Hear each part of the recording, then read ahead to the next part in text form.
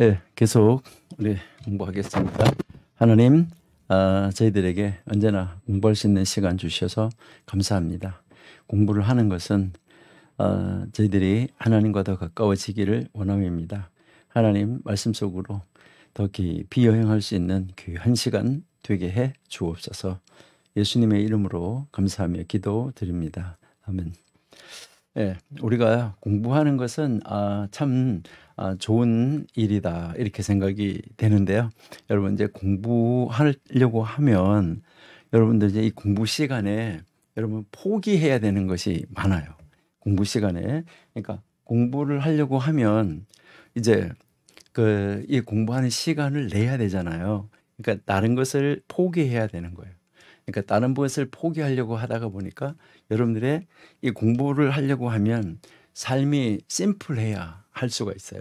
그러니까 여러분들이 한번 삶을 심플하게 하셔야 복잡하면 공부하기 힘들잖아요. 그렇죠?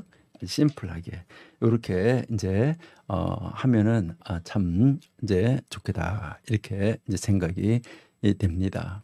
그래서 또 공부를 하면 어때야지 될까 하는 건데 공부하면 여러분들 이제 좀 공부하면서 웃음이 있어야 되잖아요. 즐거움이 있어야 되잖아요. 그래서요 공부하는 데는 이제 스마일이 있어야지 된다 하는 거. 이것을 우리가 한번 이제 생각을 해 볼 수가 있습니다. 그러니까 여러분 이제 공부하는 것을 통해서 하나님 앞에 즐겁고 감사하는 그런 일들이 많이 일어날 수 있기를 기대합니다. 그래서 우리는 그럼 이제 우리는 항상 뭐 해야 되냐면 이제 우리의 삶을 아주 단순화시켜 나가야지만 우리가 이제 공부하는 것도 이제 더 시간을 잘 활용할 수 있게 되고 그 공부하는 것을 통해서 즐거움을 얻는 것이 참 필요하다 이렇게 생각이 됩니다. 자, 우리 계속해서 이제 우리는 이제 성경은 전체가 다 예수님을 가르쳐 주는 책이기 때문에 우리가 이제 이 사무엘상에서 나타나는 예수님은 어떤 예수님인가 이것을 우리가 한번 살펴보도록 이렇게 하겠습니다. 그러니까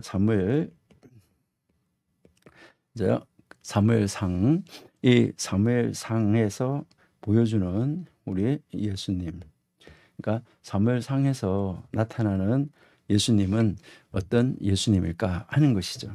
여기에서 이제 우리가 이 사무엘상에서 나타나는 이 모습을 우리가 한번 보면 여러분 우리가 이 사무엘을 보면 사무엘은 선지자죠. 그렇죠? 선지자고 또 이제 제사장이고 또 사무엘은 동시에 이제 마지막 사사였다 하는 이런 점에서 바로 이 사무엘이 바로 우리의 앞으로 이제 이 사무엘 시대에서 보면 앞으로 오실 예수님. 그러니까 지금 이제 우리는 예수님 오신 이후에 살고 있지만은 사무엘 시대에서 볼 때는 앞으로 오실 그 예수님의 바로 그림자가 누구냐? 바로 사무엘이었었다. 이렇게 우리가 생각할 수 있죠. 그래서 이제 그 사무엘은 백성들에 의해서 아주 존경받던 그런 인물이었고 바로 그는 새로운 시대를 이 사람은 이제 이 사무엘은 이제 보면 새로운 시대 이제 이 새로운 시대를 여는 이런 사람이었었다. 여러분들이 잘 아신 대로 예수님께서도 이 새로운 시대를 열어가시는데 우리 정광 목사님이 늘 말씀하시잖아요. 무슨 말씀이냐면 예수님처럼 정말 이제 이 새로운 시대, 그러니까 달력을 새롭게 확 바꿔버리는, 그러니까 달력을 새롭게 이제 새로운 시대로 만들어버리는 그런 분이 누가 있냐? 이 세상에 살았던 사람들 중에서 예수님이 오심으로부터 예수님이 기준이 돼서 예수님 오시기 전, 예수님 오신 후 이렇게 해서 완전히 분기점을 딱 그어주는 그러한 인물이었었다. 사무엘이 이제 신정에서 왕정으로 이제 넘어가는 그 전환기에 있었던 그런 바로 인물로 마지막 사사, 선지자, 제사장. 예수님께서도 이제 그 새로운 시대의 전환점을 여시면서 예수님이 왕이요, 제사장이요, 선지자였었다 하는 것을 우리에게 보여주고 있다 하는 것이죠. 그 다음 이제 여기에 등장하는 다윗. 이제 이 다윗은 이 예수님을 예표적으로 보여주는 주된 인물 중에서 한 분이심에는 틀림없죠. 다윗은 베들레헴에서 태어났어요. 예수님 베들레헴에서 태어났어요. 다윗 목자로서 생겼어요. 예수님 목자였었어요. 다윗 이스라엘의 왕이었었어요. 예수님 왕이었었어요. 그러니까요, 바로 이 다윗은 앞으로 다윗 시대에 미래에 올 메시아 왕, 이 왕을 미리 그림자처럼 보여주는 기름 부음을 받은 왕이었었다 하는 것을 우리가 알 수가 있죠. 특별히 시편 22편 우리 한번 보시면은요. 시편 22편 보시니까 하나님이여, 내 하나님이여, 어찌 나를 버리셨나이까? 어찌 나를 멀리하여 돕지 아니하시오며 내 신음소리를 듣지 아니하시나이까? 내 하나님이여, 내가 낮에도 부르짖고 밤에도 잠잠하지 아니하오니 응답하지 아니하시나이다. 이스라엘 찬송 중에 계시는 주여, 주는 거룩하십니다. 우리 조상들이 주께 의뢰하고 의뢰하였으므로 그를 건지셨나이다. 그들이 주께 부르짖어 구원을 얻고 주께 의뢰하여 수치를 당하지 아니하였나이다 라고 이제 지금 말씀을 하고 있는데요. 시편에서 노래하고 있는데, 바로 이제 이 다윗이 쓴 대표적인 바로 이 시편 22편이 메시아시다라는 것을 우리가 알 수가 있는 것이죠. 그러니까요, 이제 정말 이 다윗이 이제 앞으로 오실 그 다윗 시대에서 보면 앞으로 오실 예수님을 미리 모형으로 그림자로 보여주는 그런 인물이었었다 하는 것을 우리가 알 수 있어요. 그리고 하나님은 이제 다윗을 향하여서 사무엘 우리 한번 볼게요. 13장 14절에 지금은 왕의 나라가 길지 못할 것이라 여호와께서 왕에게서 명령하신 바를 왕이 지키지 아니하였으므로 여호와께서 그의 마음에 맞는 사람을 구하여 여호와께서 그를 그의 백성의 지도자로 삼으셨느니라. 그러니까요, 이제 그의 마음에 맞는 사람, 그의 마음에 맞는 사람을 라고 이제 구해서 결국은 하나님께서 이제 세우신다는 것을 이야기를 하고 있는 것이죠. 자, 그러면 여기에서 이제 거기서 그 이스라엘의 위대한 왕이 되게 하셨어요. 하나님의 마음에 맞는 사람을 이제 골라내서, 다윗을 골라내서. 그래서 신약 성경은 특별히 예수님을 뭐라고 이야기하고 있냐요? 육신으로 다윗의 혈통에서 났다라고 이야기하잖아요. 우리가 잘 아는 로마서 1장 3절이죠. 예. 로마서 1장 3절, 그의 아들에 관하여 말하면 육신으로는 다윗의 혈통에서 났다 이렇게 말을 하죠. 자, 이것은 계시록 22장 16절에서 다시 한번 반복되는 것을 우리가 볼 수 있는데요.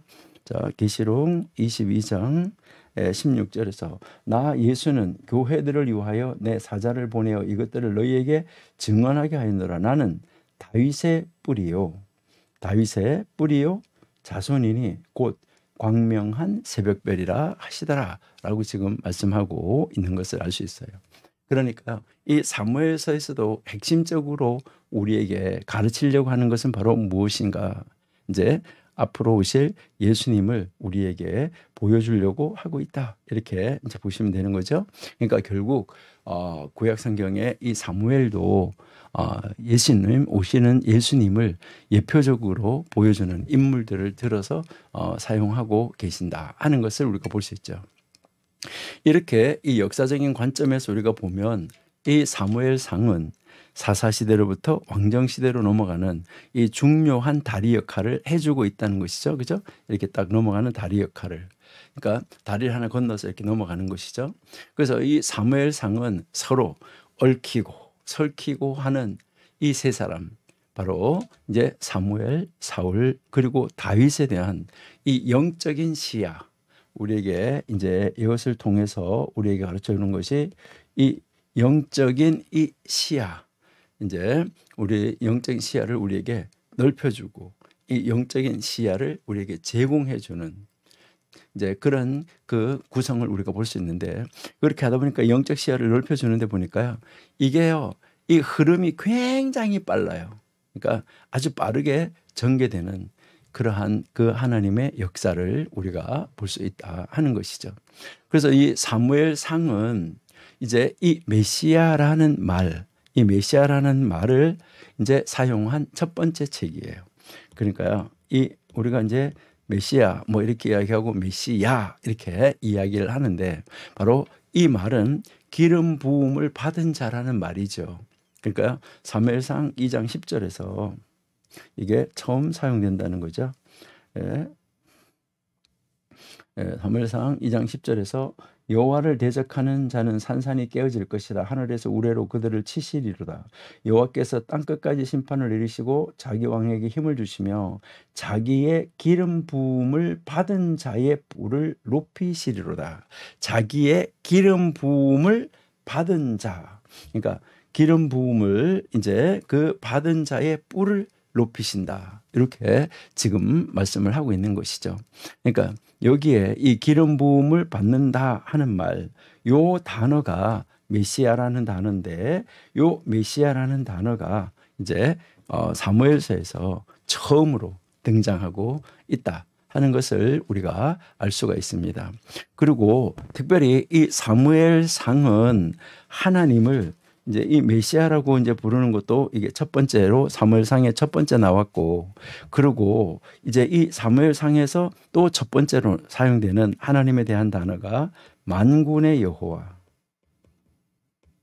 예, 이 만군의 여호와라는 요 단어도 이제 이것이 이제 그 사무엘상에서 처음으로 나오는 그런 책이다. 이렇게 우리가 볼 수가 있습니다.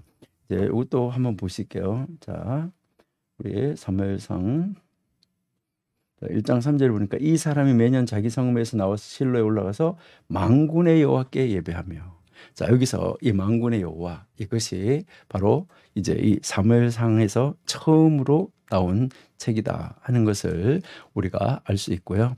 그다음에 이제 하나님의 영광이 떠났다고 말하는 이제 이 엘리의 며느리가 말하는 이제 이 4장 21절에 나오는 이가봇이라는 단어, 그 다음에 아까 우리가 읽었던 여기까지 도우셨다고 말하는 그 7장 12절에 나오는 에벤 에셀이라는 말, 이런 이 말들도 지금 사무엘서에 등장하고 있다 하는 것을 우리가 볼 수 있는 것이죠. 우리는 여기에서 이제 한번 이렇게 보면 이제 이 사무엘상을 이제 예수님께서도 이것을 직접적인 이용은 안 했지만은 예수님께서도 암시적으로 이용한 것을 우리가 볼 수 있어요. 우리 예수님께서 한번 보실까요? 마태복음 12장입니다. 마태복음 12장 3절. 예수께서 이르시되 다윗이 자기와 그 함께한 자들이 시장할 때에 한 일을 잃지 못하였느냐, 이렇게 예수님께서 말씀하셨는데, 이것이 이제 직접적으로 딱 인용한 것은 아니지만은 암시적으로 가르쳐 주는 것이잖아요. 이제 사무엘상 21장 6절 말씀을 암시적으로 우리에게 보여주고 있다, 이렇게 생각하시면 되겠죠. 그렇죠? 한번 읽어보실게요. 사무엘상 21장 6절. 제사장이 그 거룩한 떡을 주었으니 거기는 진설병 곧 여호와 앞에서 물려낸 떡밖에 없었음이라. 이 떡은 더운 떡을 드리는 날에 물려낸 것이더라. 이제 이것을 이제 인용을 감시적으로 인용하고 있는 것을 우리가 이제 볼 수 있다 하는 것이죠. 누가복음 16장 15절도 한번 보실까요? 누가복음 16장 15절. 이르시되 너희는 사람 앞에서 스스로 옳다 하는 자들이나 너희 마음을 하나님께서 아시나니 사람 중에 높임을 받는 그것은 하나님 앞에 미움을 받는 것이다. 이렇게 지금 말씀을 하는데요. 이것도 직접적인 인용은 아니지만은 이제 암시적으로 인용한 것을 우리가 한번 볼 수가 있는데요. 사무엘상 16장 7절을 한번 보실게요. 사무엘상 16장 7절.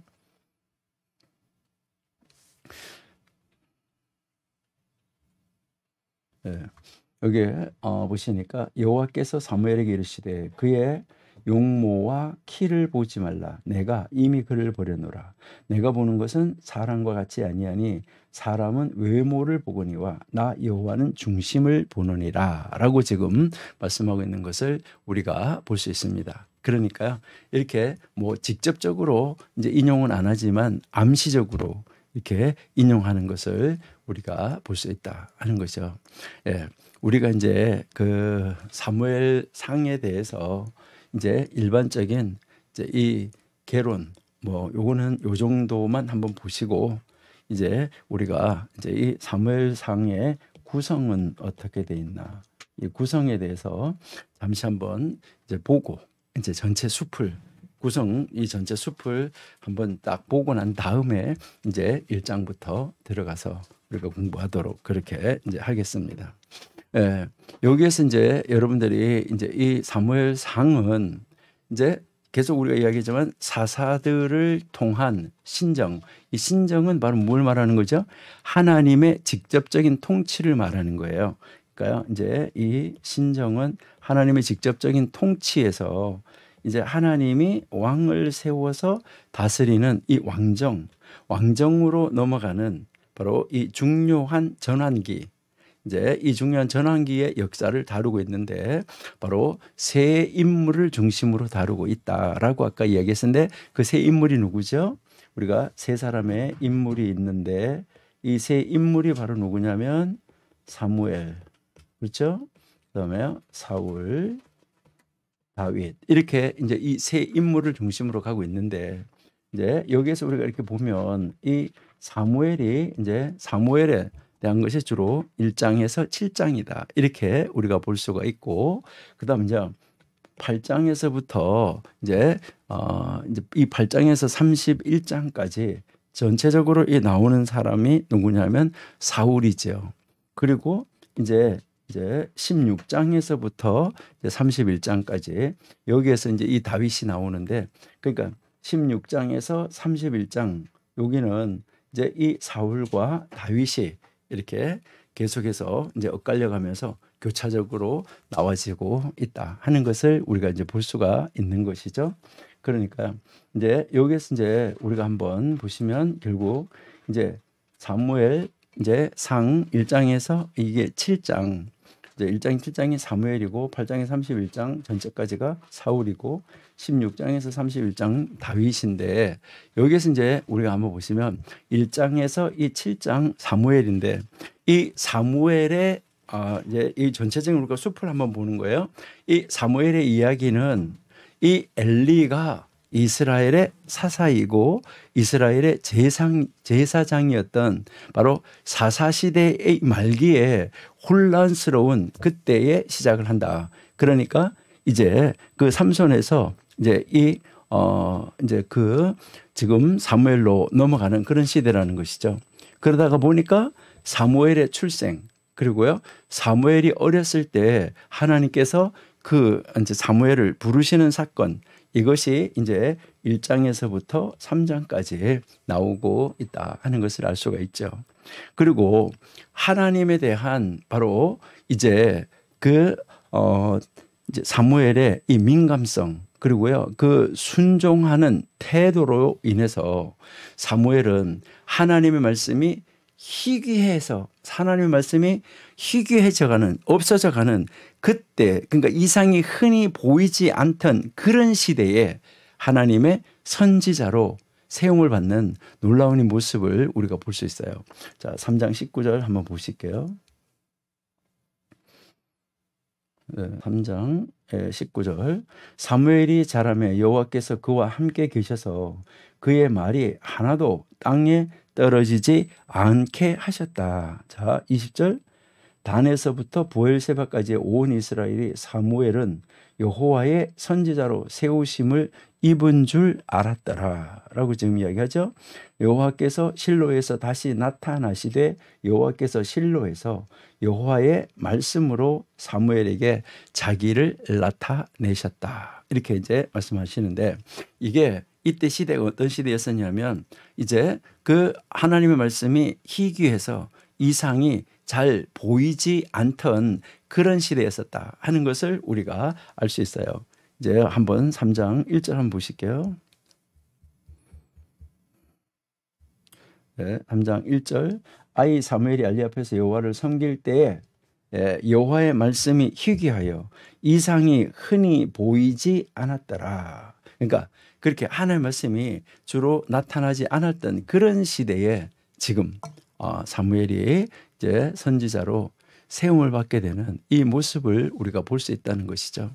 여기서 우리가 참 놀라운 모습을 이렇게 볼 수 있는데 어떻게 제사장 아들이 저렇게 할 수 있을까? 참 우리가 이렇게 보는데요.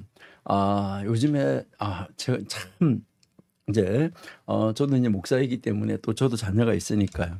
그러니까 이제 PK라고 이렇게 목사 아들들 이 PK라고 이야기를 하는데, 그러니까 이 PK가 목사님의 자녀들이 정말 이 엘리의 자녀들 아들들처럼 이렇게 되면 어떡하나, 이것이 정말 큰 고민 중에 고민이고 그렇죠. 그러니까 이 엘리의 악명 높았던 이 아들들, 그들이 그 실로에서 저질러진 이 죄악 때문에 이스라엘은 이제 정말 이 블레셋과의 이 결정적인 전투에서 패배하고 말잖아요. 이게 얼마나 안타까운 거예요. 이게 이제 4장에 나오는 내용이죠. 그러니까 하나님께서 백성 가운데 머무시는 그 하나님이 이스라엘 백성 가운데 머무시는 그 상징적인 하나님의 그 언약의 자리, 보좌 있잖아요. 이 언약궤를 블레셋 족속에게 빼앗기고 엘리하고 그 엘리의 그 두 아들들이 죽음으로 인해서 제사장직이 중단되는 거죠. 하나님의 영광은 성막으로부터 떠나버렸다. 이게 엘리의 며느리가 한 이야기잖아요. 사무엘은 이제 이 마지막 사사 겸 첫 번째 선지자로 이제 활동을 하기 시작하죠. 사도행전 3장 24절 한번 보실게요.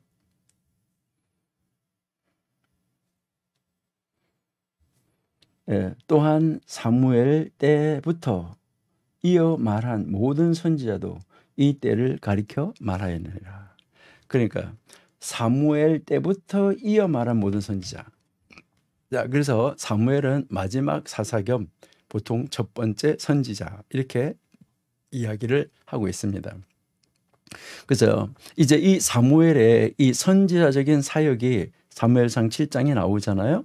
이것은 이스라엘의 부흥, 그 다음에요 하나님의 언약궤가 다시 이제 이스라엘 땅으로 귀환하게 되는 이 모습, 그리고 블레셋 족속을 물리치는 이 전쟁의 그 승리이라는 것을 가져오는 것이죠.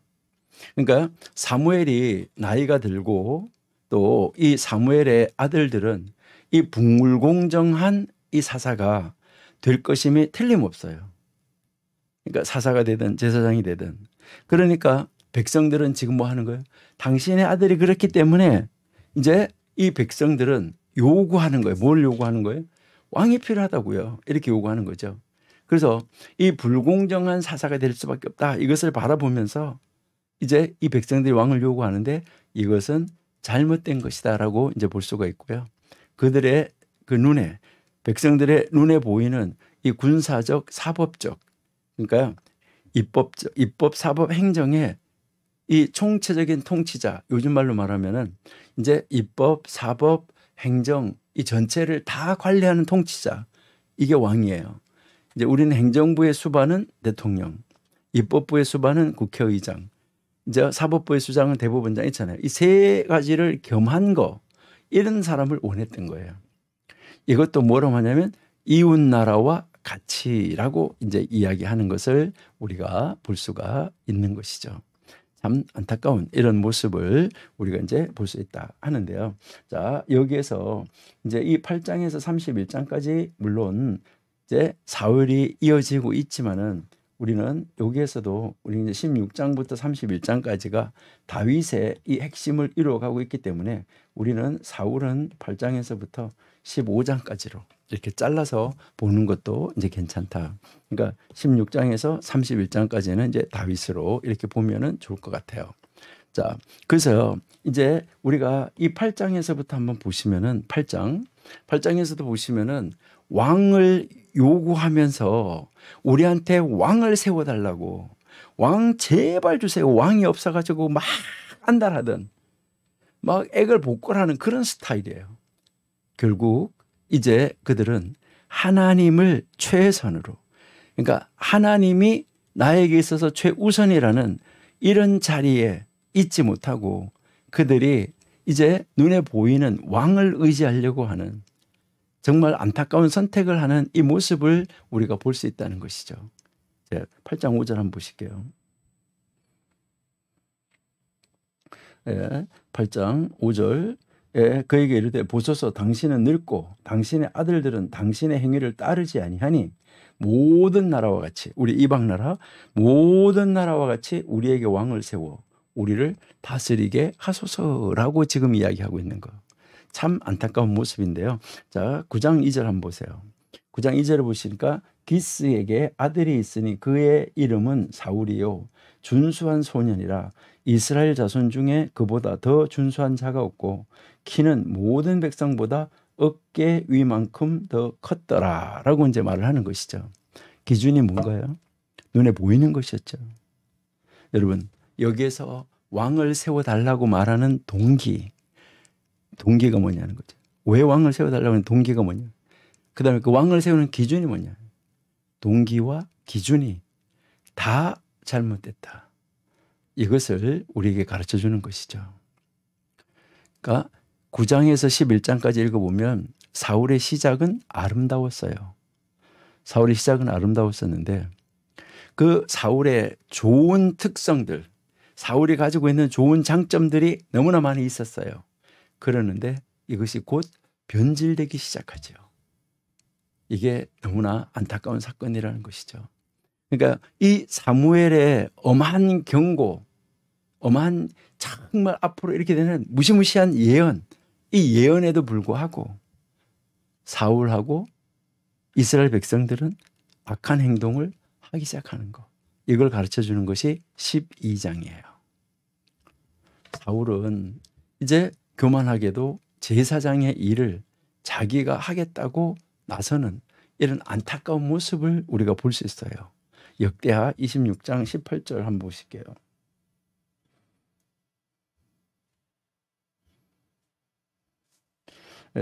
우시야 왕 곁에 서서 그에게 이르되 우시야여 여호와께 분향하는 일은 왕이 할 바가 아니요 오직 분향하기 위하여 구별함을 받은 아론의 자손 제사장이 할 바니 성소에서 나가소서 왕이 범죄하였으니 하나님 여호와에게서 영광을 얻지 못하리이다라고 이제 그 왕이 이제 제사를 지내는 것에 대해서 이야기를 하고 있는데 저 사울도 자기가 제사를 지내는 이 안타까운 모습을 우리가 볼 수 있는 것이죠.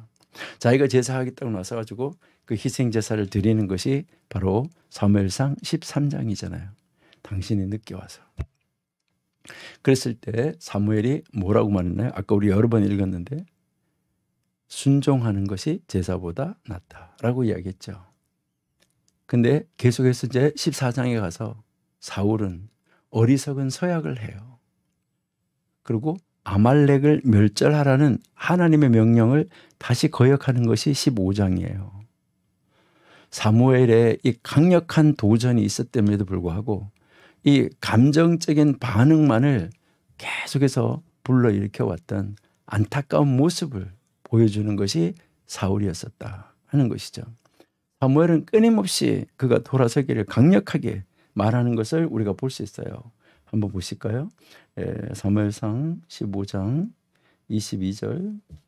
사무엘이 이르되 여호와께서 번제와 다른 제사를 그의 목소리를 청정하는 것을 좋아하신 같이 좋아하시겠나이까? 순종이 제사보다 낫고 듣는 것이 순장의 기름보다 나으니 이는 거역하는 것은 점치는 죄와 같고 완고한 것은 사신 우상에게 절하는 죄와 같음이라. 왕이 여호와의 말씀을 버렸으므로 여호와께서도 왕을 버려 왕이 되지 못하게 하셨느니라. 안타까운 이런 이 모습을 우리에게 보여주고 있는 것이죠. 이제 계속해서 이제 6장에서 우리가 이제 보시면은 결국은 이제 이 사울에게서 다윗에게로 넘어가는 그 내용의 이야기가 나오는 것이죠. 그러니까 이제 16장 1절에 보시니까 여호와께서 사무엘에게 이르시되 내가 이미 사울을 버려 이스라엘 왕이 되지 못하게 하였거늘 내가 그를 위하여 언제까지 슬퍼하겠느냐. 너는 뿌리 기름을 채워 가지고 가라. 내가 너를 베들레헴 이새에게로 보내리니 이는 내가 그의 아들 중에서 한 왕을 보았느니라 하시니라. 그러니까 여기에서 이제 왕이 세워지잖아요. 그래서 아까 우리가 얘기했지만 이미 16장 이하에서도 계속 사울의 이야기와 다윗의 이야기가 얽혀져서 나가고 있지만은 우리가 자른다고 말하면 15장에서 잘라놓고 16장부터는 다윗을 중심으로 읽을 수 있다. 이것을 이야기하는 거죠. 왜 그러냐면 15장에서 사울을 버렸다고 이야기를 하고 있기 때문에 우리는 그렇게 볼 수 있다는 것이죠. 그러니까 하나님이 사울을 버리셨을 때 하나님께서는 사무엘로 하여금 이미 새로운 사람 다윗을 이스라엘의 왕으로 기름 붓게 하는 것을 우리가 볼 수 있어요. 하나님에 의해서 선택된 바로 사울 다음의 왕인 이 다윗은 사울의 궁정에서 사울을 이제 섬기는데 후에 이스라엘의 이 위기의 이 순간이 왔을 때 블레셋의 골리앗을 쓰러뜨리는 것이 이제 17장이죠. 뭐 이때도 아직까지 다윗은 왕으로 기름 부음을 받았지만은 뭐 누구에게도 왕으로 서 있지 않는 모습이죠. 계속해서 사울이 왕으로 있었고 사울의 통치가 계속돼서 이제 이어지고 있었던 그런 시대이기 때문에 우리가 이렇게 딱 자를 수는 없지만 여기에서부터 15장에서 하나님 버렸다고 말하니까 16장에서부터 우리가 다윗으로 보고 있다. 이렇게 보시면 되죠.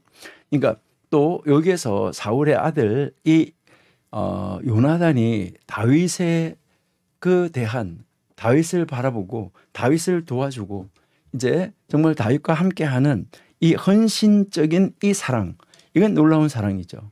이 요나단의 헌신은 바로 요나단으로 하여금 다윗이 이제 2대 왕으로 자기보다가 더 낫다는 것을 인정하는 것이죠.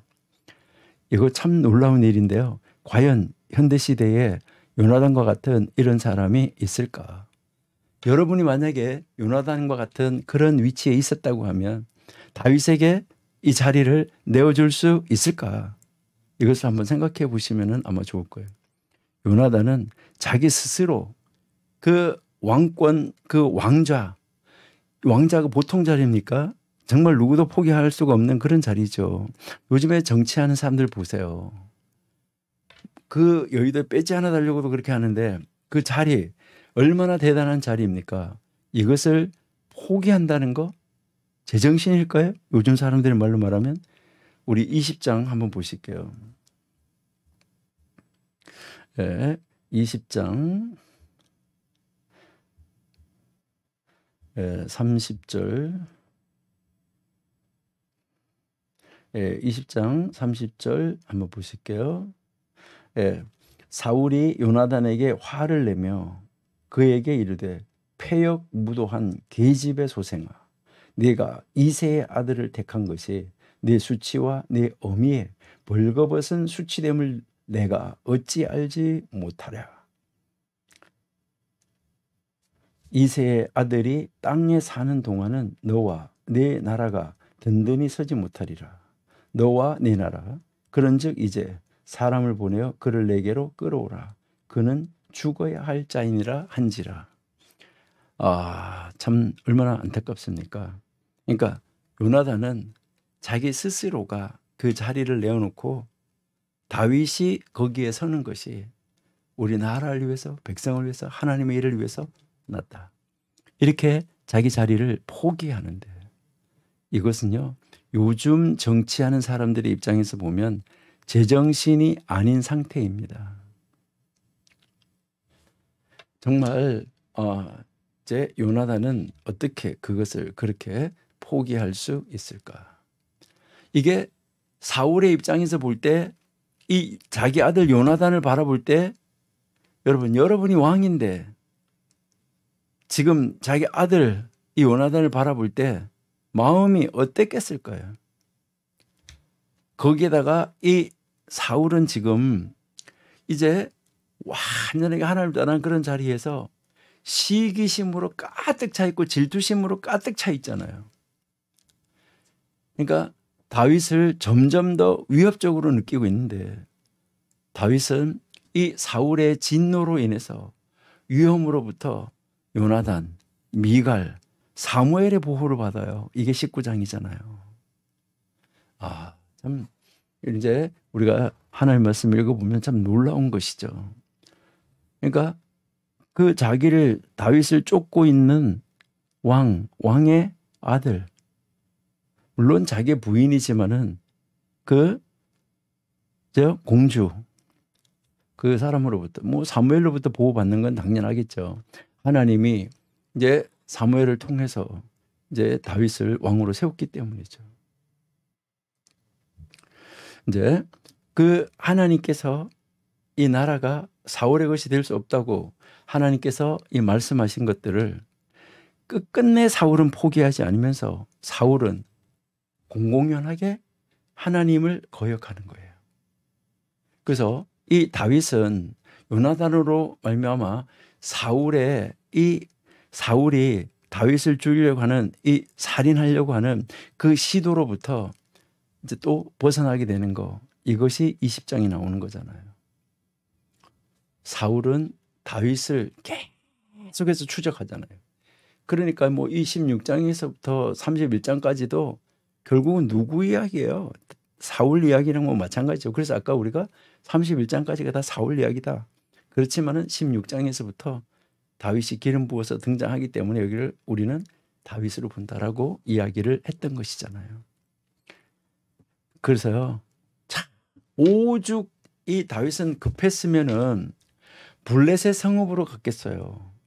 거기로 도망을 가서 거기 가서 뭐 해요? 미친 척 하잖아요. 이게 21장이잖아요. 그리고 다시 이제 이 아둘람 굴로 도망을 가잖아요. 거기에서 이제 한 무리의 사람들이 이제 다윗에게로 쫙 모여오잖아요. 이게 22장이죠. 그러니까 다윗은 이제 사울의 포위망, 사울의 사울의 그 포위망 그 능력, 여기에서 이 포위망으로부터 계속 도망을 가는 거죠. 또 도망가고 또 도망가고. 그렇게 도망하는 와중에서 2번씩이나 사울을 죽일 기회가 그에게 찾아왔어요. 그런데 사울을 살려주잖아요. 이게 24장에서 26장이죠. 이게 요즘 정치인들 같으면은 이게 가능할까? 조금의 뭔 건수만 있어도 터뜨려가지고 죽이려고 하고 뭐 하려고 하는데 이게 정말 가능한 일이었을까? 그렇게 볼 때 다윗 대단한 인물입니다. 하나님의 사람이니까. 하나님이 그와 함께하고 있다는 것을 믿기 때문에, 하나님의 사람이기 때문에 이게 가능한 거예요. 다윗은 다시 블레셋 족속으로 가서 피신처를 구하죠. 근데 이스라엘하고 전쟁을 벌이게 되잖아요. 그들 편에 가담하는 것은 허락이 되지 않죠.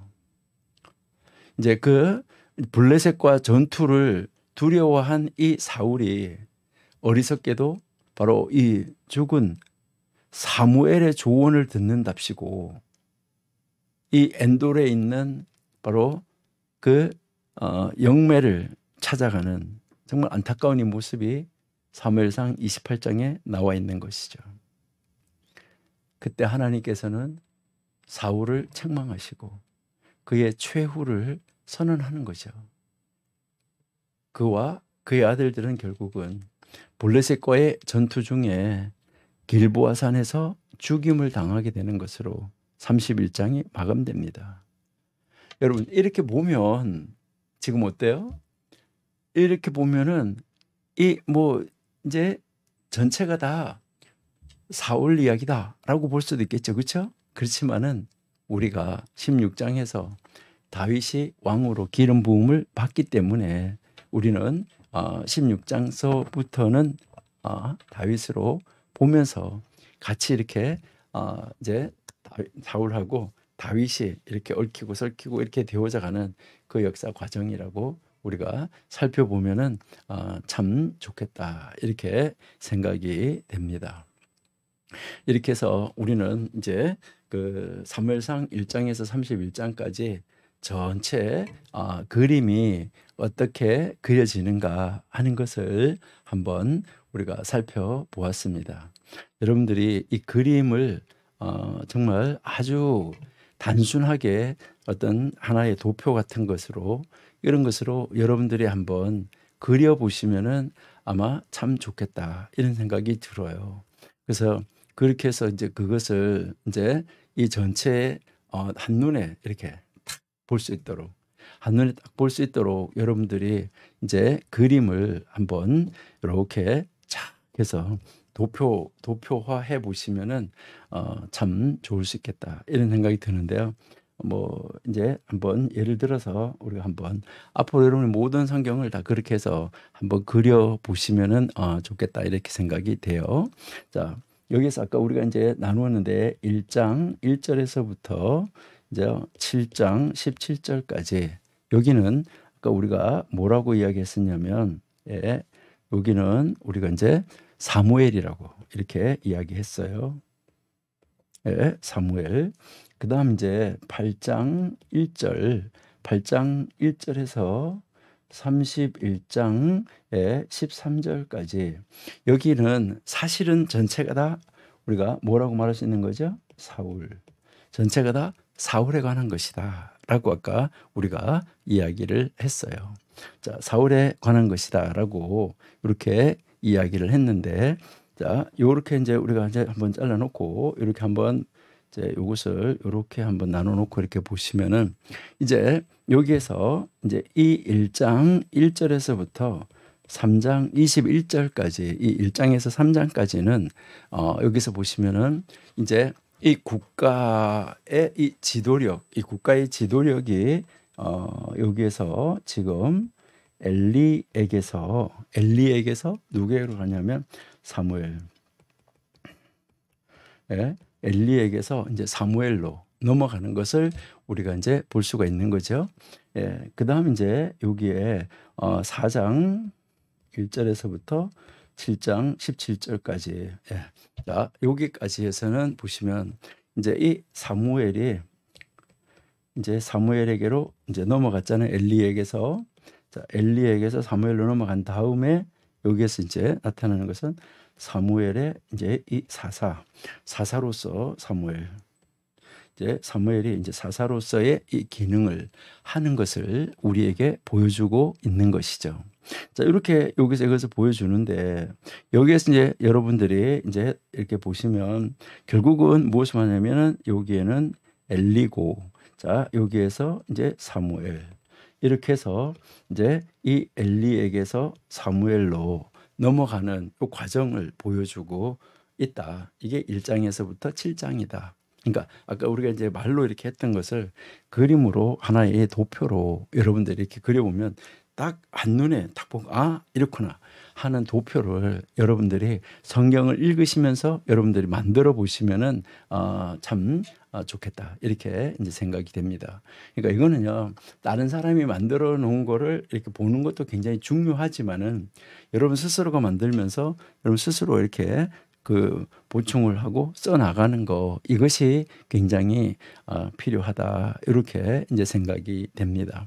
자, 그다음에 이제 그럼 여기는 이제 8장 1절에서부터 이제 12장 25절까지 여기에서 여러분들 이렇게 한번 보시면 8장 1절 12장 25절까지는 이제 여기에서 이제 엘리에게서 사무엘로 넘어갔는데 여기에서는 이제 이 지도력이 전환되는데 사무엘에게서 새로운 왕에게로 넘어가는 것을 우리가 이제 볼 수 있죠. 사울 왕에게로 이제 이것이 이제 딱 넘어가는 과정이다. 이렇게 이제 한번 볼 수가 있고요. 그다음에 이제 우리가 좀 더 구체적으로 아까 오늘 15장 이렇게 했는데 15장이 중간에서 나누어져요. 그러니까 13장 1절에서부터 15장 9절까지. 15장 9절까지. 여기에서는 그러면 무엇을 이야기하냐? 이 부분이 이제 사울의 실제적인 통치예요. 이때 이 사울 왕의 통치. 그러니까 여기에 이제 8장 1절에서 12장 5절 갈 때 사무엘에게 사울로 갔잖아요. 그래서 여기서 사울의 통치가 있어지는 거죠. 여기서 1장에서 3장까지 이제 엘리에게서 사무엘로 넘어갔잖아요. 4장에서 7장까지가 사무엘이 실제적으로 사사로 선지자로 활동했던 그 핵심적인 시기라고 볼 수가 있겠죠. 그다음에 이제 여기에서 이제 이 사무엘이 사울을 왕으로 세우면서 이제 이 사무엘에게서 이제 이 사울에게로 여기서 뭐가 되냐면은 전환돼서 넘어가는 이 모습이다 하는 것을 우리가 알 수 있다 하는 것이죠. 그러니까 전환해서 넘어갔어요. 그러니까 이제 여기서는 누가 다스리는 거예요?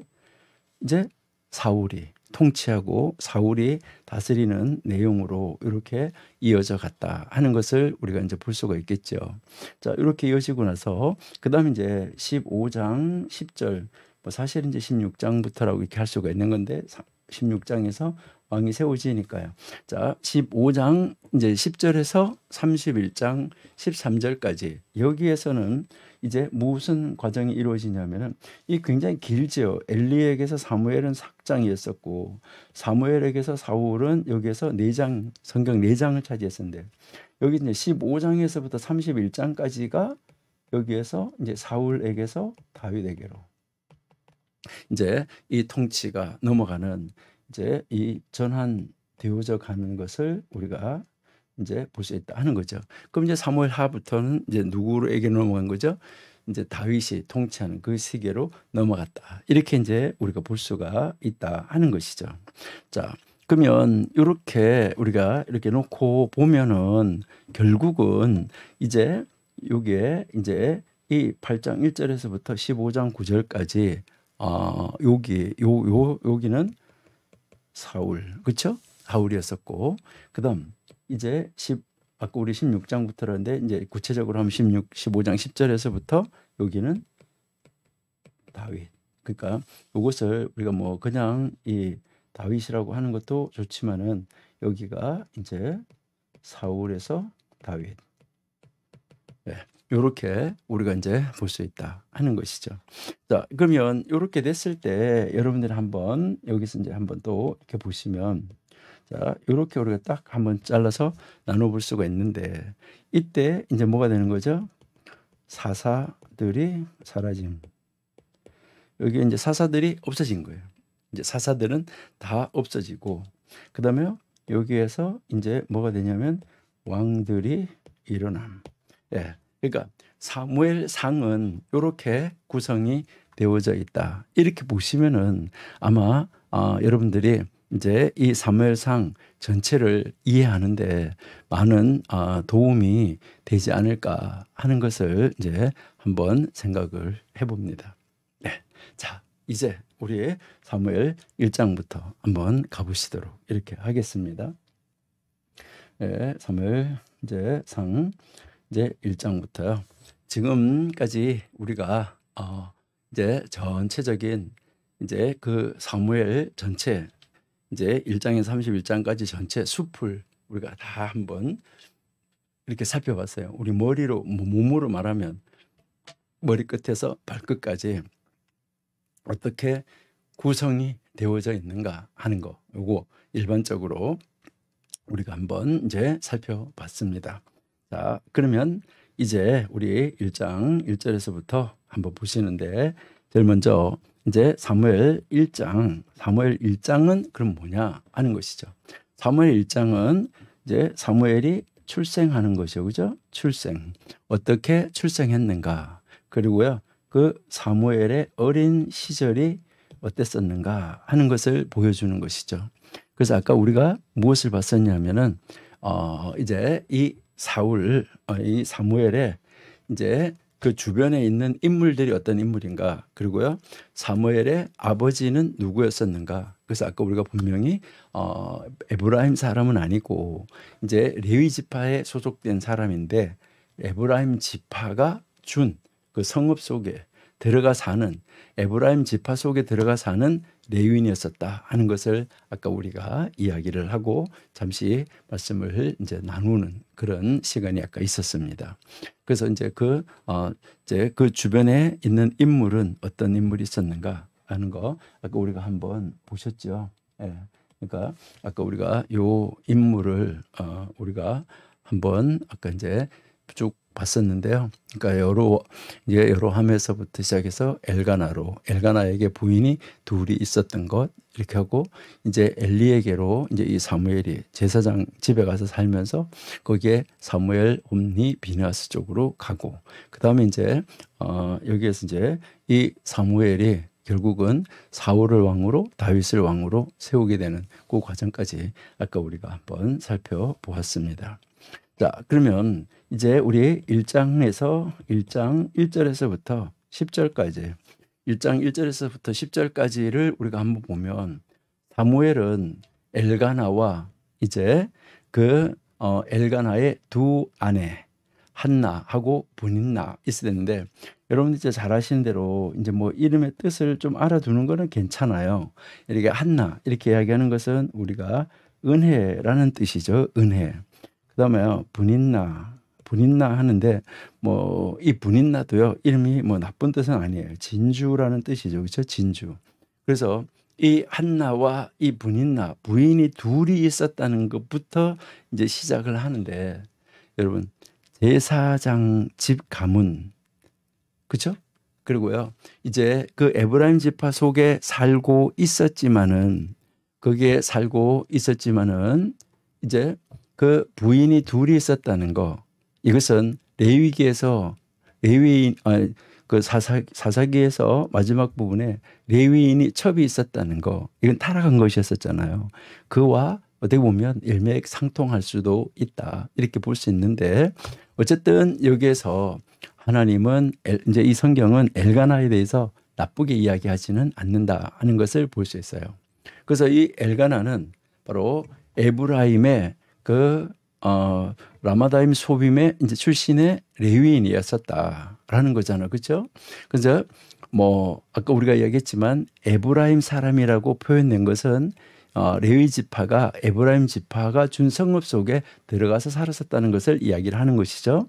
그래서 성경은 진실한 역사, 진정한 역사 이것을 기록하고 있는데 여기에서 일부 다처제 관습을 기록하는 한편 그것을 일부 다처제를 기록을 하고 있다. 성경에 이렇게 부인 둘이 있었다 이렇게 기록하고 있다고 그래서 일부 다처제를 결코 성경이 인정하는 것은 아니다. 이거 여러분 꼭 명심하셔야 돼요. 성경은 일부 다처제를 인정하는 것은 아닙니다. 레아와 라헬의 경우처럼 뭐 한 아내는 자식이 있었고 한 아내는 자식을 낳지 못했죠. 그죠? 이것은 한 부인은 자식이 있고 한 부인은 자녀가 없어요. 이게 바로 그 가정에서 무엇을 이렇게 경쟁을 유발하게 되는 원인이 됐었다는 거죠. 지금 이 엘가나 집에도 마찬가지라는 거죠. 한나는 자식이 없었어요. 그런데 남편에게서 이제 더 큰 사랑을 받고 있었어요. 그 가정이 이제 절기를 지키잖아요. 성경에 나오는 절기를 지키기 위해서 이제 그 하나님의 궤가 있는 실로로 올라가야 되잖아요. 하나님의 궤가 있는 이 실로로 올라가면은 한나는 당연히 화목 제물 중에서 갑절의 분깃을 받았다라고 이제 3절, 5절에서 이야기를 하고 있어요. 남편이 그렇게 줬다는 거죠. 그런데 그 때문에 그렇게 갑절로 또 준 것 때문에 분나로부터 아주 독하게 아주 악독하게 그렇게 멸시를 또 받아요.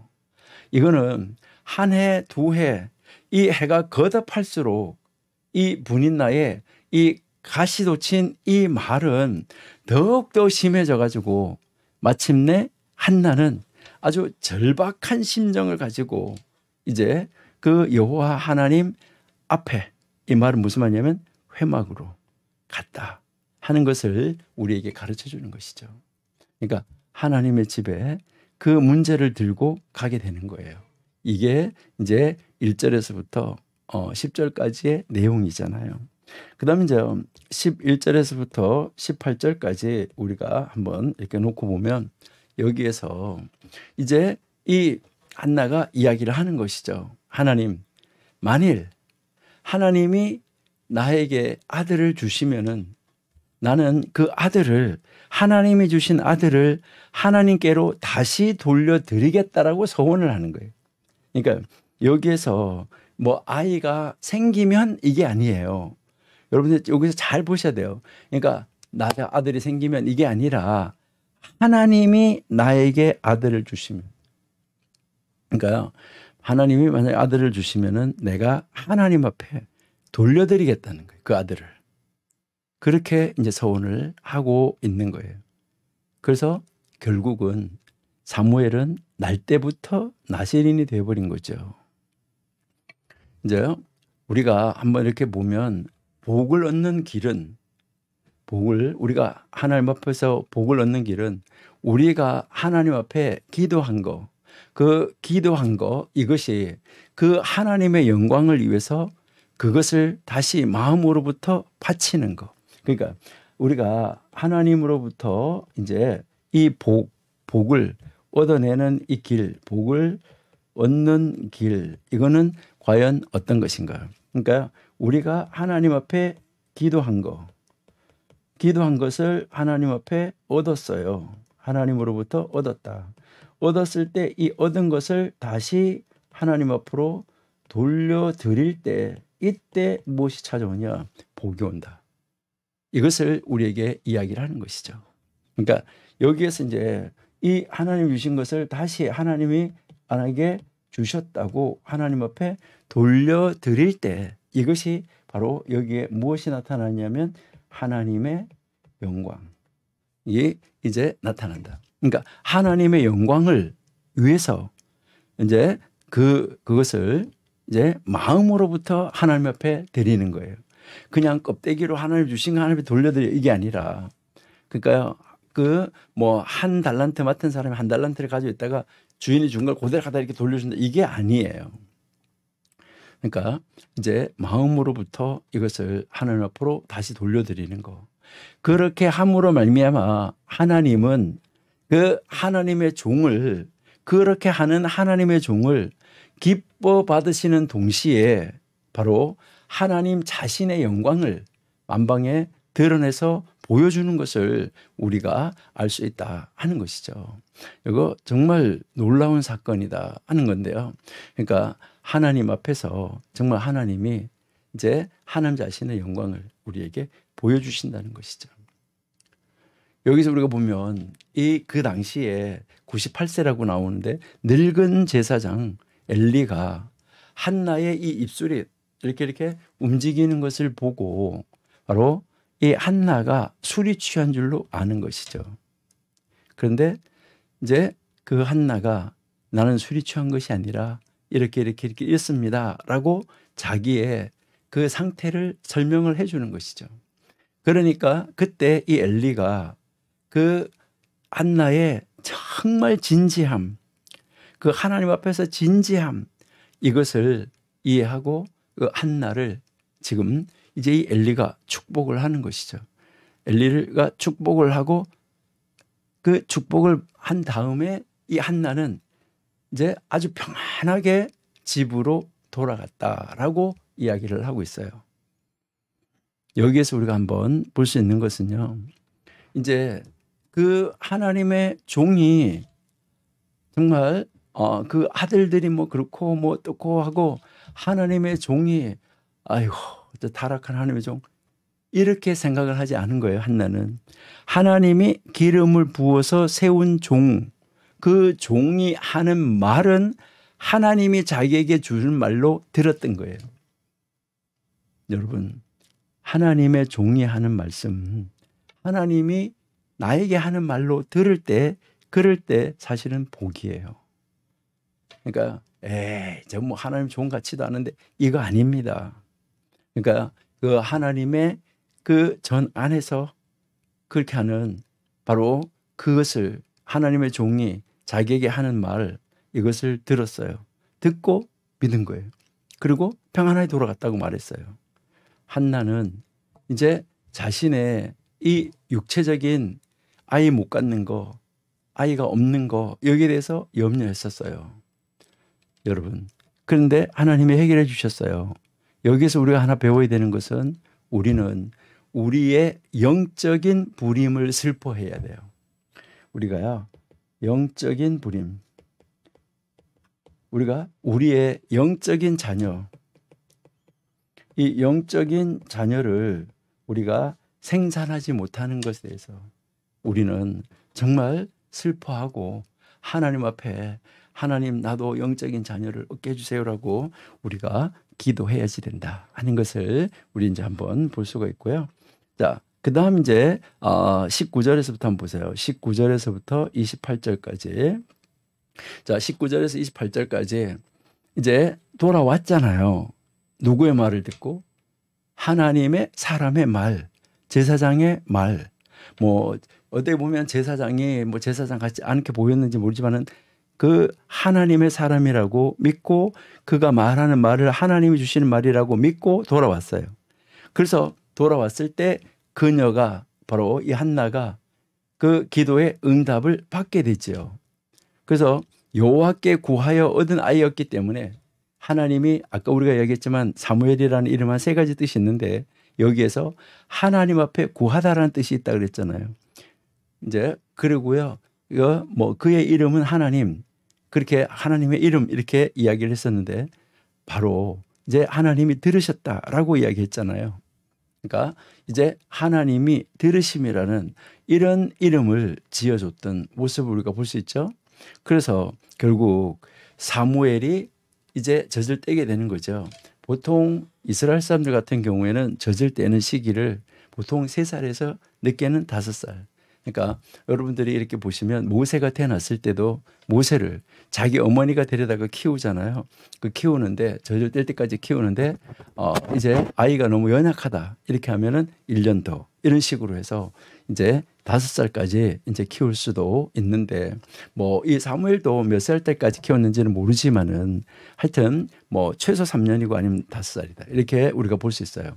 그래서 사무엘이 젖을 떼는 나이가 됐을 때 이 사무엘의 엄마는 이제 자기가 약속한 약속, 하나님에게 한 약속, 이 약속을 철저하게 기억하고 있는 거예요. 그래서 아이에게 젖을 먹일 때든지 뭐 할 때든지 아이에게 젖을 떼는 그 시기가 될 때까지도 철저하게 아이를 준비시켰으면 틀림없다. 이렇게 보셔야지 돼요. 그래서 젖을 떼자마자 이제 이 사무엘의 엄마 한나는 그 사무엘을 데리고 하나님의 전으로 데려가는 것이죠. 하나님의 전으로 데려가서 그냥 딱 단번에 그냥 헌신으로 하나님 앞에 그를 딱 드리는 정말 놀라운 모습을 우리가 볼 수 있어요. 아이가 없다가 아이가 생겼는데 얼마나 귀하고 그 아이를 얼마나 데리고 살고 싶었겠어요. 그렇게 자기를 조롱하고 이러는데 야 나도 아들 있다 이렇게 할 수가 있잖아요. 처음부터 이 사무엘 이 아이는 제사장을 돕고 여호와 앞에서 바로 하나님을 섬기는 자리에 있었던 것을 우리가 볼 수 있어요. 우리 1장 한번 28절 한번 보실게요.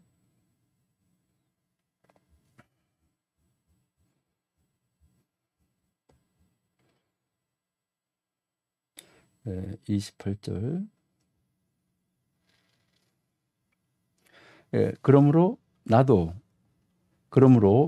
그를 여호와께 드리되 그의 평생을 여호와께 드리나이다 하고 그가 거기에서 여호와를 경배하니라.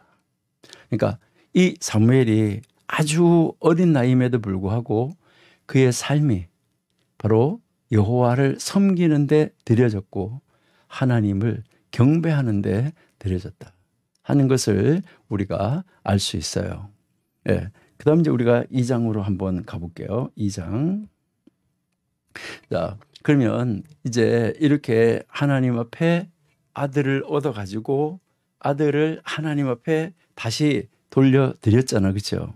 이렇게 돌려드린 엄마 한나가 있는데 이제 이 한나가 지금 하나님 앞에 고백하는 노래를 사실은 하는 것이죠. 이것은 무엇을 하냐면 찬양이죠. 하나님을 찬양하는 이 모습을 우리가 이제 볼 수 있다 하는 것이죠. 자, 그래서 2장 1절, 1절에서부터 이 10절까지가 바로 이 한나가 찬양하는 이 노래가 나와 있는 것을 우리가 볼 수 있어요.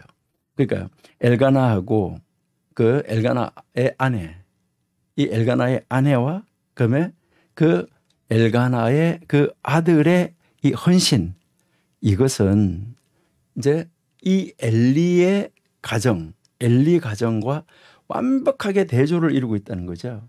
그러니까요, 이 엘가나 가문하고 여기에 이 엘리 가문하고 우리가 한번 이제 여러분 한번 이렇게 보시면은 이 엘가나의 가문, 엘리의 가문이 대조를 이루고 있는 것을 우리가 볼 수 있는 거죠. 그러니까 여기에 엘가나의 가문에서는 헌신, 그렇죠? 근데 엘리의 가문은 어떻는 거예요? 엘리의 가문은 부패함. 그러니까 이게 부패함. 그 다음에 하나님을 뭐 하지 않았다고 그랬어요? 두려워하지 않음.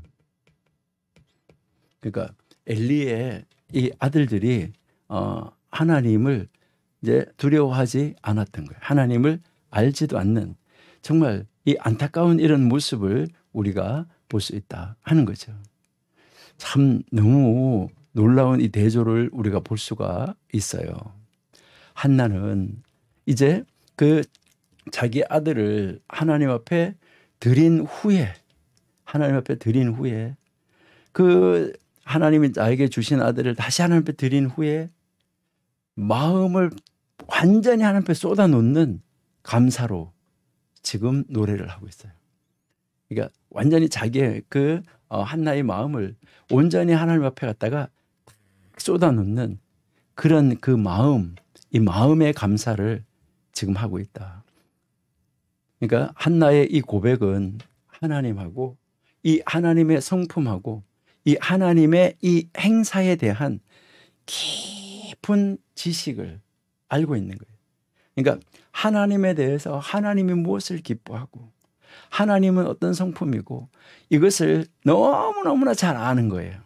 여러분들은 하나님이 무엇을 기뻐하시는지, 하나님이 어떤 상태를 좋아하는지, 내가 어느 자리에 있는 것을 하나님이 가장 기뻐하시는지 여러분들은 그것을 다 파악하시고 기억하시고 그 하나님의 성호를, 하나님이 이렇습니다, 나한테 계신 하나님, 나와 함께 하신 하나님 이래요 하면서 그렇게 하시면서 그 하나님의 성품, 하나님의 사역에 대해서 찬양을 하시고 계십니까?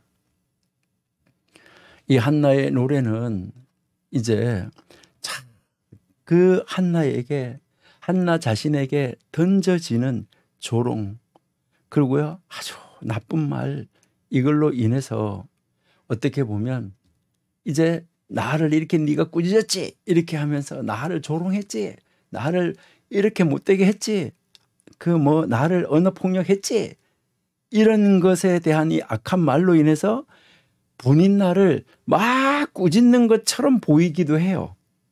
이 한나가 노래하는 것을, 이렇게 시를 쓴 것을, 찬양하는 것을 이렇게 보면 막 본인 나를 막 꾸짖는 것처럼 보여지기도 해요.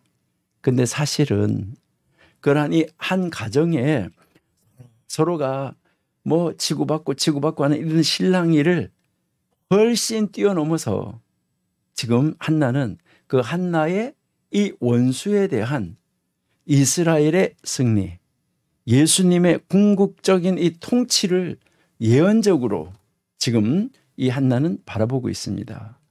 이것이 정말 놀라운 이 한나의 신앙이라는 것을 우리가 알 수가 있어요. 이것은 마리아의 노래라고 불려지는 누가복음 1장 46절에서 55절까지 이 노래가 한나의 노래에 대한 바로 마리아의 이제 그 지식, 그게 아마 한나의 그 노래에 대해서 이것을 영향을 받지 않았을까, 이렇게 우리가 한번 생각해 볼 수 있다는 것이죠.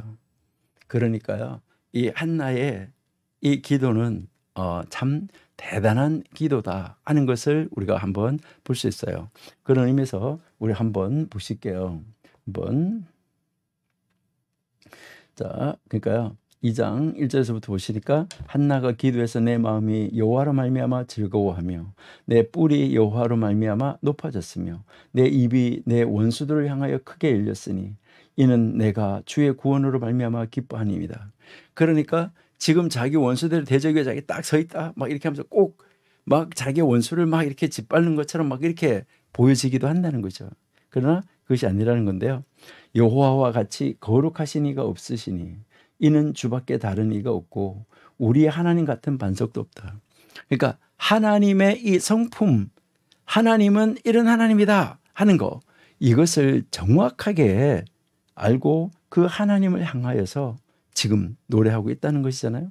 심히 교만한 말을 다시 하지 말 것이며 오만한 말을 너희 입에서 내지 말지어다. 여호와는 지식의 하나님이시라. 행동을 달아보시느니라. 하나님 저의 행동을 달아봐 주셔서 감사합니다, 이 말이에요. 그러니까 다른 사람의 행동 잘못됐다 이것을 막 꾸짖어 나가는 그런 면으로 읽으시면 안 된다. 그래서 여기도 보면 용사의 활은 꺾이고 넘어지는 자는 이제 힘으로 띠를 띈다. 그래서 풍족하던 자들이 양식을 위하여 품을 팔고, 이렇게 하면서 쭉 이제 넘어가는 거잖아요. 그래서 여기 보시니까 6절에서 여호와는 죽이기도 하시고 살리기도 하시고 스올에 내리기도 하시고 거기에서 올리시기도 하시는도다. 여호와는 가난하기도 하시고 부하기도 하시고 낮추기도 하시고 높이시다. 그러니까 이 모든 일을 지금 나에게 아들을 주게 하는 것, 아들을 바치게 하는 것, 나에게 아들이 없었던 것, 내가 욕을 먹게 한 것, 이것이 다 누구라는 거예요? 하나님이 그렇게 하셨다는 거예요. 그러니까요, 하나님이 하시는 역사를 인정한다는 거죠. 그래서 그 하나님의 그 성호를 그렇게 이제 찬양하겠다라고 이야기하는 이 놀라운 모습을 우리가 볼 수 있습니다. 그래서 이제 정말 그 하나님의 사람은 이렇다 하는 것을 우리에게 보여주는 것이죠. 그러니까 하나님이 뿔을 높여주는 사람, 하나님이 이렇게 자기를 들어서 쓰는 사람, 사용하는 사람, 이런 사람이 되어야 된다. 그때까지 자기를 짓궂고 자기를 비난하고 압박하고 핍박하던 사람, 그 사람과 향해서 자기는 싸우질 않았었잖아요. 1장에서도 보시면 끝까지 해년마다 올라가가지고 거기 앉아가지고 그 마음에 아픈 것을 그 사람한테 갚는 것이 아니라 그 누구에게, 하나님에 가서 하나님에게만 토로해 놓은 것이죠. 모세가, 백성들이 모세를 향해서 달려들 때도 모세는 그 백성들을 꾸짖지 아니하고 그 모세는 바로 성막으로 달려가서 하나님 앞에 가서 엎드리고, 하나님 앞에 엎드리니까 하나님이 그 답을 주시는 그런 장면을 우리가 읽을 수 있다 하는 것이죠. 참 놀라운 이 모습을 우리가 볼 수 있는데요. 그래서 우리가 하나님을 안다고 하면, 내가 하나님을 얼마만큼 아는가 안다고 하면 그 하나님 앞에서 나는 어떤 말을 해야 되고 어떤 말을 하지 말아야 되고 어떤 행위를 해야 되고 어떤 행위를 하지 말아야 되고, 그래서 원수를 향하여서 나는 어떻게 해야지, 이거는 하나님 앞에서만 털어놓고 내놓을 것이지, 사람 앞에 내놓으면은 이거는 계속 엉기기만 한다. 이것을 우리가 한번 생각해 볼 수가 있습니다. 그래서 우리는 이 한나의 기도를 통해서 내가 아는 하나님, 나는 어떤 하나님으로 알고 있는가? 성경에 말하는 하나님으로 아는가? 아니면 내가 만들어 놓은 하나님이 이럴 거야라고 내가 정해놓은 그런 하나님 믿지는 아니하는가? 이거 여러분 한번 깊이 생각해 보시기를 바랍니다. 많은 사람들이 자기가 하나님 이럴 것이라고 그 하나님을 만들어 놓고 그런 하나님 믿는 사람들이 보면 제법 있다. 이거 여러분들 한번 생각하시면 좋을 것 같고요. 그 다음에 이제 2장 우리 11절에서부터 17절까지예요. 사실 이제 2장 11절에서부터 2장 36절까지는 엘리하고 그의 악한 아들들이 나오는 거예요. 그러니까 앞에서 한나하고 사무엘이 나왔잖아요. 거기에 대조를 이루면서 그 시대의 시대상이 어땠었는가 하는 거, 이것을 이제 이렇게 보여주는 건데, 그래서 11절에서 36절까지가 엘리하고 그의 그 엘리의 부패한 아들들, 그러니까 엘리의 그 악한 아들들에 대한 이야기가 11절에서부터 36절까지 나오는데, 그 가운데서 11절에서부터 17절까지는 엘리의 악한 아들들에게로 이렇게 다시 이제 그 사무엘을 이야기한 다음에 엘리에게 악한 아들로 그 시대상에서 이제 다시 시대상을 바꾸어서 넘어가고, 이 시대가 이런 시대라는 것을 보여주는 그 과정으로 넘어가는 것이죠. 그래서 그들은 믿음으로 구원함을 받지 못했다 하는 의미에서 뭐라고 이야기하고 있냐면 여호와를 알지 않았다 이렇게 이제 이야기를 하는데 이것을 한번 보실게요. 11절. 11절에 엘가나는 라마의 집으로 돌아가고 그 아이는 제사장 엘리 앞에서 여호와를 섬기니라. 사무엘이 섬기게 된 거죠. 자, 12절에서 엘리의 아들들은 행실이 나빠 여호와를 알지 못했다. 이렇게 이야기하고 있잖아요. 그러니까 여기에서 행실이 나빠서 여호와를 알지 못했다. 이렇게 이제 그 이야기를 하고 있는 것인데, 그러니까 믿음이 없는 자였었다 하는 것을 지금 이야기를 하는 거죠. 그러니까 앞에 믿음 있는 사람과 믿음 없는 사람을 지금 대칭을 이루고 있는 것을 볼 수 있어요. 그러니까 하나님을 알지 않았어요. 그들은 지금 여기에서 나타나는 이것을 보면 이제 그 엘리 아들들의 죄가 나오는데 여러분들이 한번 읽어보시고 이 죄를 한번 찾아보시면 좋은데, 이제 그 엘리의 아들들이 이 범한 죄를 뭐 여러 가지가 있겠죠. 그렇지만 우리는 한 3가지만 한번 찾아보면 어떨까 이렇게 이제 생각을 합니다. 그러니까 첫 번째가 뭐죠? 가슴, 넓적다리를 취하는데 이것을 만족하지 않아요. 그러니까 가슴과 넓적다리를 취하는데 만족하지 않고 뭐 하냐면 화목제물의 일부를 백성들에게서부터 뭐 하는 거죠? 빼앗아 가는 거예요. 이거 참 안타까운 모습을 우리가 볼 수가 있어요. 우리 레위기 조금 길지만 한번 읽어볼게요. 레위기 7장. 레위기 7장 28절. 여호와께서 모세에게 말씀하여 이르시되 이스라엘 자손에게 말하여 이르라. 화목제물을 여호와께 드리려는 자는 그 화목제물 중에서 그의 예물을 여호와께 가져오되 여호와의 화제물은 그 사람이 자기 손으로 가져올지니 곧 그 제물에 기름과 가슴을 가져올 것이요 제사장은 그 가슴을 여호와 앞에 흔들어 요제를 삶고, 자, 그다음에 그 기름은 제단 위에 불사를 것이며 가슴은 아론과 그의 자손에게 돌릴 것이며 또 너희는 그 화목제물의 오른쪽 뒷다리를 제사장에게 주어 거제를 삼을지니 아론의 자손 중에서 화목제물의 피와 기름을 드리는 자는 그 오른쪽 뒷다리를 자기의 소득으로 삼을 것이니라. 그래서 내가 이스라엘 자손의 화목제물 중에서 그 흔든 가슴과 든 뒷다리를 가져다가 제사장 아론과 그 자손에게 주었나니 이는 이스라엘 자손에게서 받을 영원한 소득이니라 라고 되어 있잖아요. 자, 그러니까 여기에서 이제 이들이 범죄한 죄가 첫 번째가 뭐냐면 가슴과 넓적다리를 취해서 가져갔잖아. 그죠? 이거는 제사장 거예요. 그러니까 기름을 드리고 다 드린 다음에 피를 드린 다음에 이것은 누구에게로 돌아가는 거예요? 화목제물 중에서요? 이거는 제사장에게 돌아가는 게 맞아요. 가슴과 넓적 뒷다리를 가져가는 것은 맞는데 여기에서 엘리하고 엘리의 아들들은 그 가슴하고 넓적 뒷다리를 가지고 가는데 만족하지 않았다는 거예요. 거기에 만족하지 않고 화목제물의 일부를 백성들로부터 빼앗아 갔다는 거예요. 그러니까 자기에게 주어진 것이 있었잖아요. 자기 것에 만족하지 않고 백성의 것을 빼앗아 갔다. 이게 아주 악한 것이죠. 그러면 두 번째는 뭐냐? 기름을 하나님 앞에 드리기 전에 고기를 요구했어요. 아까 뭐 했나요?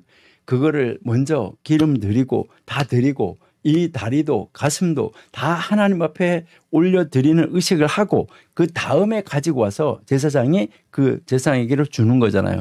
그러면 그때 먹는 거잖아요. 그런데 여기서 이제 이 기름을 하나님 앞에 드리기 전에 고기를 요구했다는 것이죠. 이것은 바로 하나님의 법을 뭐 했다는 거예요? 어겼다는 거죠. 그러니까 하나님의 법을 어겼다.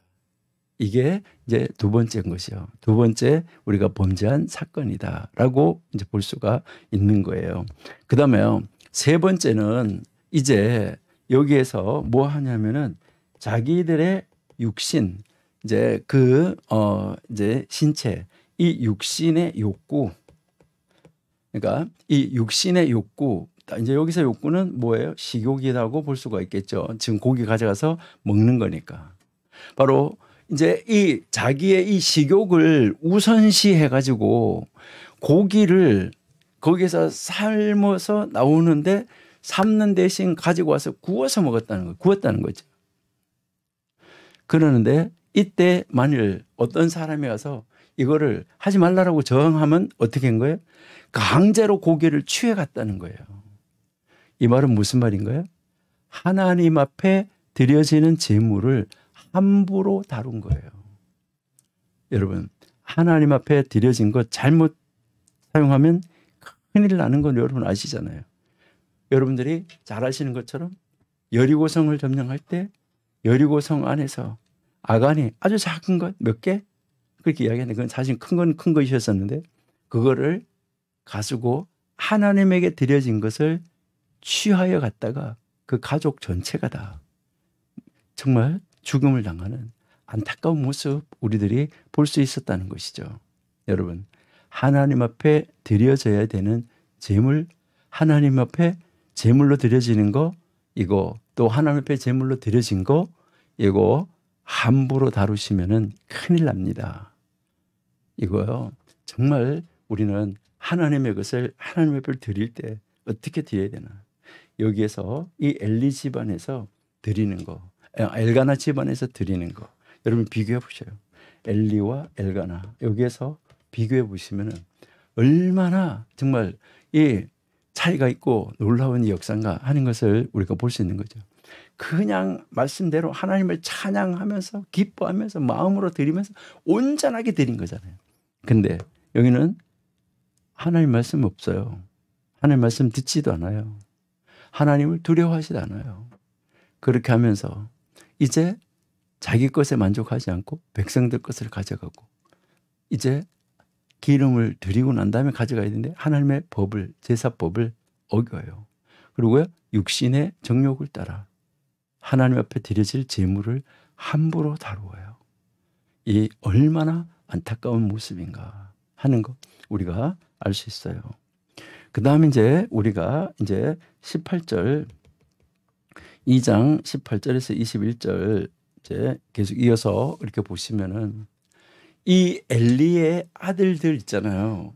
이 엘리의 아들들의 악함은 그것을 바라보는 어린 사무엘 그것을 보았을 때 어땠을까요?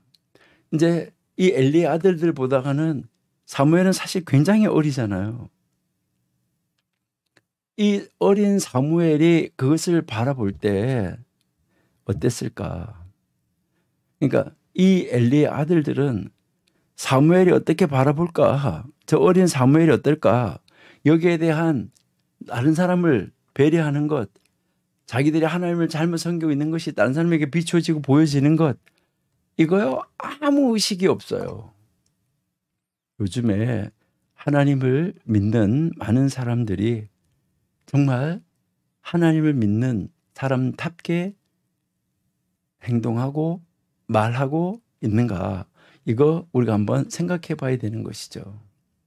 그러니까요, 이 엘가나의 집에 있는 이 엘가나 집의 이 식구들의 헌신, 충성 이거 하고 이 엘리의 이 제사장 집의 가족들의 하나님을 알지 못함, 하나님을 무시함, 하나님의 법을 떠남, 여러분 이거 얼마나 안타까운가 하는 것이죠. 그러니까 여기서 이제 이 엘가나 집안하고 엘리 집안이 비교하면서 대조적으로 보여주는 것이죠. 우리에게 하나님 앞에 제사 드리는 것, 하나님 앞에서 우리가 산다고 하는 것, 우리 어떻게 살아야 되나, 이것을 우리에게 정확하게 가르쳐주고 보여주고 있는 하나의 그림자고 예표입니다. 여러분, 우리의 삶 어때야 될까요? 여러분, 우리는 하나님 앞에 예배해야 된다, 아주 중요하고요. 그 다음에 그 예배한 사람은 하나님과 하나님 앞에서의 라이프, 삶, 이게 중요한 것이 아니라 하나님 앞에서의 발걸음이 중요한 거예요. 하나님 앞에서의 발걸음이 어디를 향하여서 가고 있느냐. 이게 아주 중요하다는 거. 이거 여러분들이 꼭 기억을 하셔야지만 됩니다. 한나는 초태생을 하나님께 드린 까닭으로 이제 나중에 다시 하나님으로부터 복을 받잖아요. 세 아들과 세 아들, 그다음에 두 딸을 이제 다시 하나님이 한나에게 허락해 주는 것을 볼 수가 있어요. 여러분, 요즘 말 중에 이런 말이 있어요. 248. 이게 무슨 말이냐면요. 2개를 받고 싶으면 4개를 주고 4개를 받고 싶으면 8개를 줘라. 여러분, 먼저 주는 사람 여러분도 되시기를 바랍니다. 여러분들이 먼저 하나님 앞에 드려야 돼요. 그러니까 주라. 그리하면 너희에게 줄 것이다. 예수님의 이 약속에 대한 아주 정말 좋은 그 실제적인 모습을 지금 한나 가정이 우리에게 보여주고 있다. 이렇게 여러분이 보시면 좋을 것 같아요.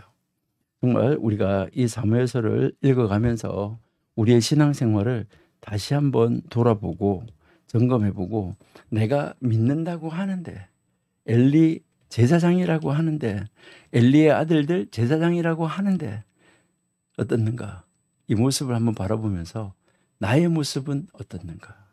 여러분, 우리 정말 심각하게 하나님 앞에서 걸어가는, 그러니까 하나님 앞에서 나의 발걸음이 어떻는가, 하나님이 기뻐하시는 방향을 향하여 내 발걸음이 옮겨가는가, 이거 한번 생각해 보시는 여러분들이 되시기 바랍니다. 자, 이제 계속해서 22절에서 26절까지만 한번 볼게요. 먼저요. 자, 여기에서 엘리 제사장은 이 부도덕한 일에 대한 소식을 들은 연후에 이제 그 소식을 듣고 아들들을 책망해요. 그런데 그러한 이 부드러운 말로만 책망을 해서 효과를 보기에는 이미 너무 멀리 가 있다는 거예요. 너무 아주 멀리 가 있다 하는 것을 우리가 이제 볼 수 있어요. 아주 너무 멀리 이제 가 있어요. 그러니까 이제 우리가 하나님 앞에서 어디에 어떻게 서 있어야 되는가 하는 것을 우리가 다시 한번 이제 생각해 봐야 되는데, 부드러운 말로 할 때가 있고 이미 때가 지나버리면 강하게 해야지 된다는 거죠. 부드러운 말로는 효과 보기에는 늦었다는 거예요. 이미 엘리의 아들들은 마음이 강팍하게 됐어요. 그러니까 거기에 이 강팍함을 입은 것에 대해서 이미 하나님은 또 작정을 하셨어요.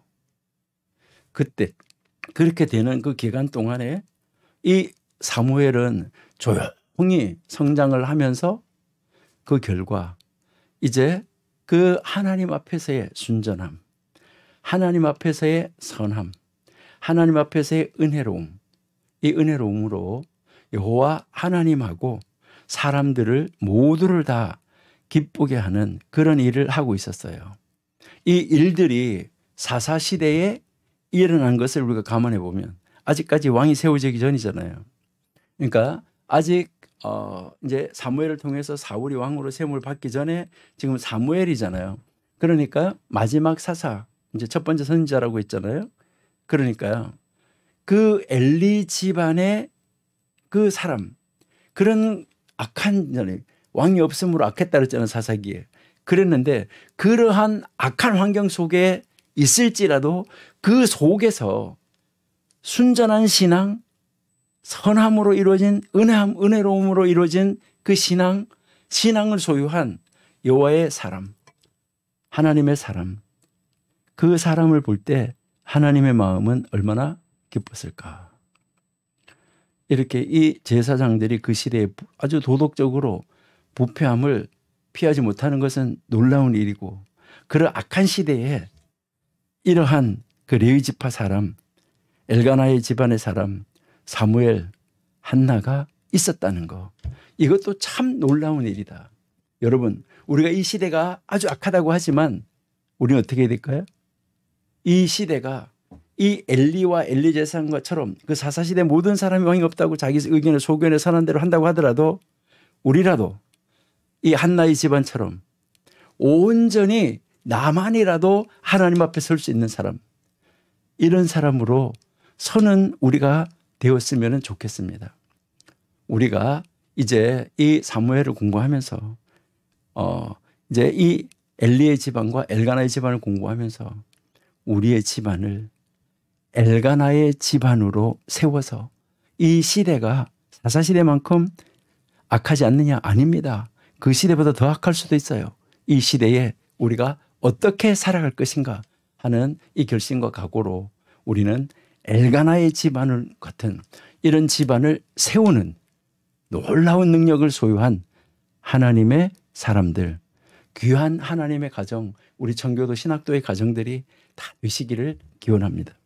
하나님 감사합니다.